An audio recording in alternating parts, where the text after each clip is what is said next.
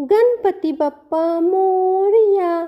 एका वेड्याच्या हॉस्पिटलमध्ये सुरेश आणि अंजली नावाचे दोन मनोरुग्ण राहत होते। हॉस्पिटलमध्ये ज्या दिवशी ते प्रथम एकमेकांना भेटले तेव्हापासून त्यांच्यात एक भावनिक बंध निर्माण झाला होता। ते दिवसभर एकमेकाबरोबर असायचे, पण एकमेकांशी एक शब्द सुद्धा बोलत नसत। दिवसभर एकमेकांचा हात हातात धरून अख्ख्या हॉस्पिटलमध्ये फिरत असत। हे बघून सगळेजण आश्चर्यचकित होत असत। एके दिवशी नेहमीप्रमाणे सुरेश आणि अंजली एकमेकांचा हात हातात धरून हॉस्पिटलच्या आवारात मूकपणे फिरत होते। चालता चालता ते दोघे पाण्याने तुडुंब भरलेल्या विहिरीजवळ पोहोचले। अचानक काय झाले देवास ठाऊक, पण सुरेशच्या डोक्यात कसली तरी सनक आली।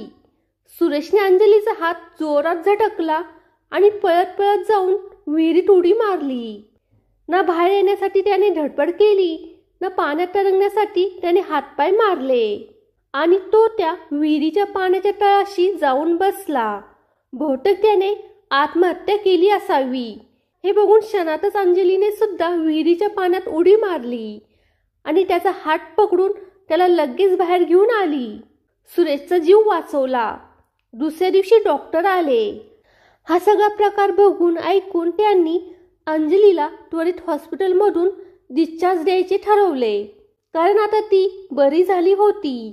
तिचे मन स्थिर आणि शांत झाले होते। ती दुसऱ्याचा विचार करू शकत होती, त्याला वाचवू शकत होती, जबाबदारीने वागू शकत होती। डॉक्टरांनी अंजलीला बोलावले आणि म्हणाले, अंजली, तुझ्यासाठी एक गुड न्यूज आहे आणि एक बॅड न्यूज आहे। अंजली नेहमीप्रमाणे शांत होती। तिने फक्त मान हलवली। डॉक्टर म्हणाले, गुड न्यूज ही आहे की आम्ही तुला डिस्चार्ज देत आहोत, कारण काल तू ज्या प्रकारे वागली त्यावरून असं वाटतं की तू बरी झाली आहेस आणि तू आपल्या जवळच्या व्यक्तींची काळजी घेऊ शकतेस। तुझी कालची कृती ही एका वेड्या माणसाची असूच शकत नाही, म्हणून तू आता बाहेरच्या जगात तुझं आयुष्य जगण्यासाठी मुक्त आहेस। आणि बॅड न्यूज ही आहे की तू काल ज्या सुरेशला वाचवलं तो मेला आहे। त्याने काल रात्री स्वतःला पंख्याला टांगून आत्महत्या केली आहे। हे सांगत असताना डॉक्टरांच्या डोळ्यात पाणी आले। त्याने अंजलीकडे पाहिले। ती अजूनही शांतच होती। मग अंजली म्हणाली, डॉक्टर साहेब, त्याने स्वतःला पंख्याला टांगून घेतले नाही, तो ओला झाला होता ना, म्हणून लवकर वाळावं म्हणून मीच त्याला पंख्याला टांगले। डॉक्टर सांगा, आता मी घरी कधी जाऊ शकते? हे ऐकताच डॉक्टर शॉक झाले। फ्रेंड्स, हा व्हिडिओ तुम्हाला कसा वाटला हे कमेंट करून नक्की सांगा। धन्यवाद।